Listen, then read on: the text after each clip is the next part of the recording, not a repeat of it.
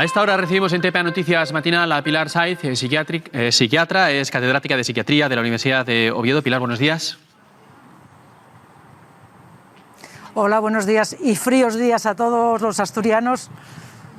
Sí, bueno, acabamos de comentarlo, están en torno a los 3 grados en el centro de Oviedo, usted está en la corredoria, igual incluso un poquito más de frío, así que le agradecemos más que esta predisposición que tiene para recibirnos a esta hora ahí en la puerta del centro de salud. Lo hacemos porque, entre otras cosas, tienen en marcha unas jornadas a lo largo de las próximas semanas que organiza el Instituto de Neurociencias del Principado, un ciclo de conferencias, y usted participa en una, en febrero, en la que se va a hablar de la importancia de la prevención para prevenir los suicidios. ¿Cuán importante es prevenir? Bueno, pues la prevención es fundamental. Yo estoy completamente de acuerdo con que prevenir el suicidio de una forma bien realizada contribuiría sin duda a la caída de estas cifras tan brutales que estamos teniendo. Quiero señalar una cosa. En Europa existen 28 países que tienen planes nacionales para la prevención del comportamiento suicida. Y desafortunadamente España no es uno de esos países con un plan nacional, insisto, para prevención del comportamiento suicida. Creo que es momento en que sigamos insistiendo en su necesidad. ¿Y no hay plan y no se le espera? Quiero decir, ¿hay conversaciones, hay intención de hacerlo? Hombre, yo creo que la intención sería, va siendo más positiva. De hecho, uno de los pasos que parece que se van a llegar a dar en relativamente breve tiempo es disponer de un número nacional, que sería el 024, todavía no está activo, un número nacional disponible las 24 horas del día, todos los días de la semana, para cualquier persona en una situación crítica pudiera llamar y recibir a través de ese teléfono una ayuda por parte de personal especializado y adecuadamente formado para ello. Insisto, eso es una de las iniciativas que parece que primero se pondrán en marcha, pero no es suficiente, es necesario no solo planes autonómicos, que los planes autonómicos los tenemos, cada comunidad autónoma, incluso en algunas comunidades autónomas más grandes hay diferentes planos en función de las provincias, pero creo que es absolutamente necesario que exista un plan nacional que tenga pues una serie de aspectos comunes y de obligado cumplimiento para intentar disminuir sin duda estas cifras tan lamentables. Pilar, viendo los modelos de otros países, 28 países de la Unión Europea, decía usted, ¿qué podemos exportar? ¿Qué cree usted que sería imprescindible en ese plan nacional? Bueno, pues lo primero sería una atención específica más continuada, quizá para las personas en la situación de momentos de riesgo, pero evidentemente para que un plan, aparte de lo que se pueda escribir en un papel, funcione, pues es necesario dotarlo de medios. Y a lo mejor lo que se necesitan es medios concretos y específicos. No se puede con el mismo personal del que se dispone en líneas generales, pues hacer una atención más continuada, porque como bien se sabe y está saliendo todos los días en los medios de comunicación, los medios sanitarios en el momento actual desafortunadamente están completamente colapsados. Existen especialidades más colapsadas que otras, pero desde luego nosotros somos, creo que, uno de los afectados por la grandísima demanda que está existiendo en estos momentos a nivel de salud mental o por la falta de salud mental de la población. En España, si no me equivoco, mueren cada día 11 personas por suicidio, sin contabilizar los intentos frustrados. En Asturias, ¿cómo está la situación? Bueno, pues en Asturias, durante el año 2020, que fue el último año del que disponemos de datos oficiales extraídos a través del Instituto Nacional de Estadística, pues ha habido 122 suicidios consumados. Durante el año 2019, si lo ponemos como comparador, hubo 128, o sea, prácticamente no hubo variación. Bien es cierto que 6 muertes menos siempre son de agradecer, sobre todo porque no solo afectan a 6 personas y a la la vida de 6 personas, lo cual ya es algo tremendo, sino a las familias de esas personas. Pero bueno, de todas formas, somos una de las comunidades autónomas que siempre ocupa el primero lugar o segundo lugar en el ranking de tasas de suicidio a nivel de España, y creo que cualquier muerto que se pueda evitar es inadmisible que permitamos que se produzca. ¿Y por qué Asturias está siempre en esos niveles altos? No existe una causa específica o clara que pueda decir. El suicidio no es determinado por un único aspecto, pero sí puede existir varias cosas que confluyen, como pueden ser el envejecimiento poblacional. El suicidio consumado es más frecuente en población de mayor edad, temas relacionados con la recesión económica, temas relacionados con el alto consumo de sustancias, de alcohol y otras sustancias en determinadas zonas, después en las zonas de aislamiento social que pueden generar bolsas de psicopatología, de personas que son los menos capaces y acaban quedando en núcleos más aislados. Todos esos son factores que podrían contribuir, y sin decir en ningún momento que ninguno de ellos sea una causa determinante, porque eso es algo que no sabemos.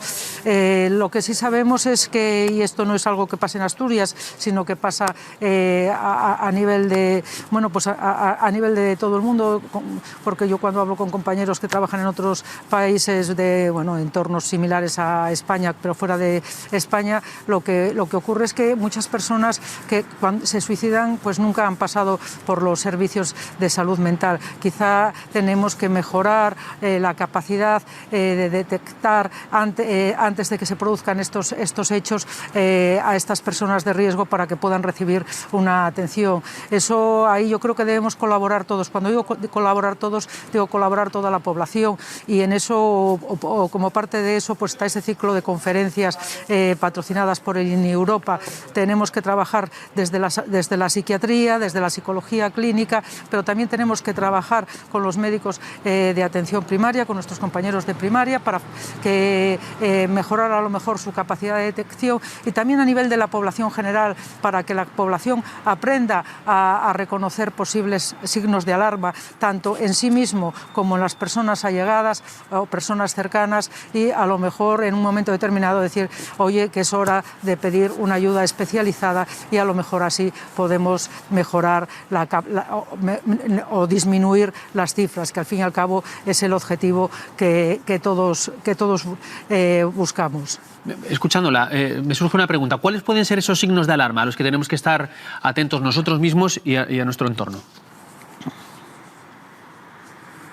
Bueno, pues una persona que de repente empieza a tener menos ganas de realizar las actividades que habitualmente realizaba, tanto a nivel de ocio como a nivel social. Una persona que de repente puede incrementar el consumo de alcohol sin que fuera de una forma patológica, pero más de lo que a lo mejor lo hacía. Una persona que de repente, cuando la llamas, pues intenta para generar planes, pues intenta evitar, incluso que se deshace de posesiones que no tienen por qué ser económicamente muy valiosas, pero sí moralmente valiosas para la persona. Incluso una persona que en un momento determinado pues se siente más triste, y una persona que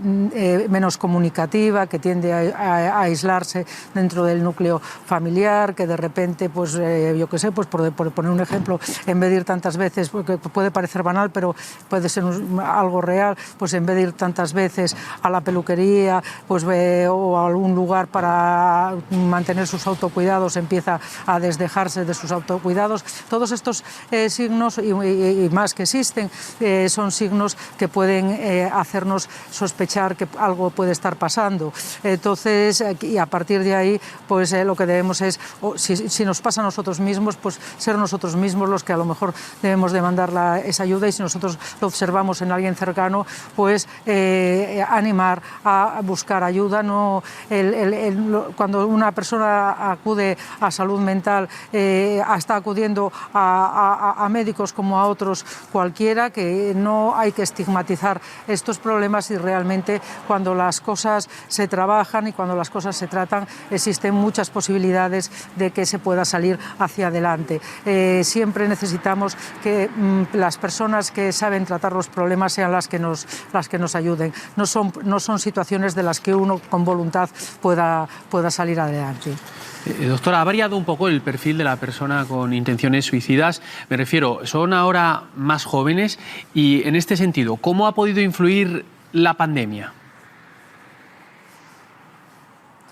Bueno, pues la pandemia, dos cuestiones por separado. La pandemia, por los datos que tenemos, en la primera parte de la pandemia, en la primera parte de restricciones más estrictas en el año 2020, pues acompañó de un descenso tanto de suicidio consumado como de otros tipos de comportamientos suicidas, como por ejemplo las tentativas de suicidio, pero después, en el segundo semestre, o los últimos 4 o 5 meses, hubo un repunte tal que han hecho que las cifras no solamente igualaran a las del año 2019, sino que incluso las hayan superado.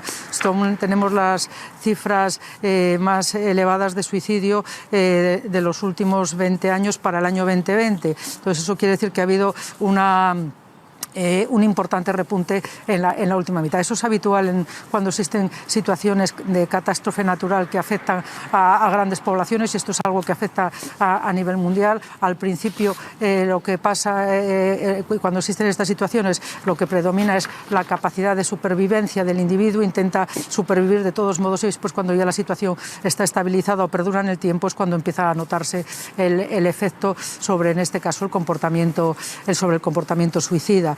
¿Qué ha pasado con poblaciones más jóvenes? Pues sorprendentemente ha habido más muertos entre los más jóvenes, entre los menores de 30 años, por suicidio a nivel de España que por el propio COVID. Entonces, ¿qué explicación podemos darla? Pues sin tener las cosas muy claras. A lo mejor al principio nos volcamos muchos en nuestros mayores, pensamos que la población adolescente iba a poder tener una capacidad de resistencia muy importante, y me parece muy bien que nos hayamos centrado en nuestros mayores. Lo necesitaban, evidentemente, y eso lo hicimos bien, pero a lo mejor teníamos que habernos pensado también que la adolescencia es un periodo de muchos cambios, donde las personas adolescentes necesitan ayudas y apoyos a múltiples niveles. A lo mejor sin querer los descuidamos y estamos sufriendo ahora las consecuencias, y esto, sin que tampoco haya una clara explicación, afecta sobre todo a las chicas, que son las que se están viendo, o las que estamos viendo que se han visto más afectadas. Chicas jóvenes son las que más están sufriendo a nivel de comportamientos suicidas las consecuencias de estos últimos 2 años, porque ya casi vamos para 2 años en esta situación. ¿Estas consecuencias sobre los jóvenes lo han detectado a nivel nacional? ¿En Asturias también?